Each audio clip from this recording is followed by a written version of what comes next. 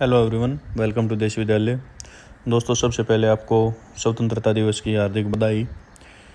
और अब बात करते हैं एक सीईटी से जुड़ी अपडेट की।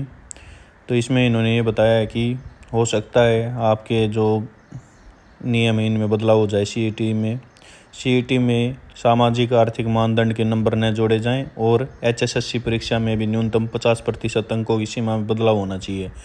एक तो सबसे पहले आपका सीईटी ग्रुप सी का जो इसमें एग्ज़ाम होना है 5-6 नवंबर को, और अगर 5-6 नवंबर को किसी कारणवश कोई गड़बड़ी होती है या और कोई दिक्कत आती है तो इसमें आपका ये 7 नवंबर को परीक्षा होगी। फिर इसमें इन्होंने बताया है जो सीईटी में जनरल उम्मीदवार हैं उनको जो पहला पेपर होगा उसमें कम से कम 50% अंक पास होने के लिए ज़रूरी हैं, और जो आरक्षित कैटेगरी हैं उनमें 40% अंक लेने ज़रूरी हैं। और फिर ये आगे पहले जो एग्ज़ाम होगा जो नेशनल टेस्टिंग एजेंसी करवाएगी उसमें सामाजिक आर्थिक मानदंड के अंक हैं 5%। और जब उसके बाद एचएसएससी करवाएगी ग्रुप सी की जो भी पोस्ट हैं जैसे पटवारी है, ग्राम सचिव, उससे रिलेटेड जो एग्ज़ाम होगा उसमें भी इन्होंने कंडीशन लगा दी है कि उसमें भी आपको जनरल कैटेगरी को 50% अंक लेने होंगे। और बाद में अगर वो मेरिट देखेंगे उसमें पदों की संख्या के अकॉर्डिंग, तो ये 2-3 जो इन्होंने कंडीशन लगाई थी उसके रिगार्डिंग अब बच्चों ने ट्विटर अभियान भी किया था।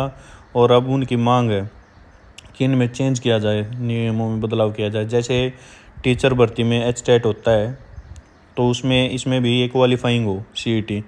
और दूसरी चीज़ इन्होंने एक चीज़ और बताई है, जैसे एक जूनियर सिस्टम इंजीनियर में एक केस चल रहा है कोर्ट में, उसके 90 में से 90 मार्क्स थे, फिर भी उसका सिलेक्शन नहीं हुआ।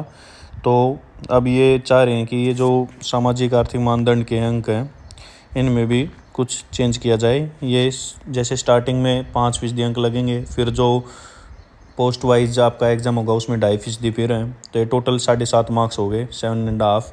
तो इसमें भी कुछ कम किए जाएँ ताकि जो मेरिटोरियस स्टूडेंट हैं उनको नुकसान न हो। इसमें लास्ट में यही बोला है, सीईटी में सामाजिक आर्थिक मानदंड के अंक जोड़कर समान अधिकार से दूसरे उम्मीदवार बाहर हो जाएंगे।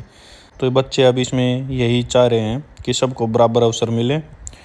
और इसमें ये बताया है कि जो कट ऑफ है वो मेरिट के आधार पर कैटेगरी के अनुसार उम्मीदवारों को दस्तावेज जांच के लिए बुलाया जाना चाहिए, क्योंकि हो सकता है पेपर कई बार डिफ़िकल्ट भी आ जाता है, तो ये भी पॉसिबल नहीं कि वो 50% अंक भी हासिल कर पाएँ।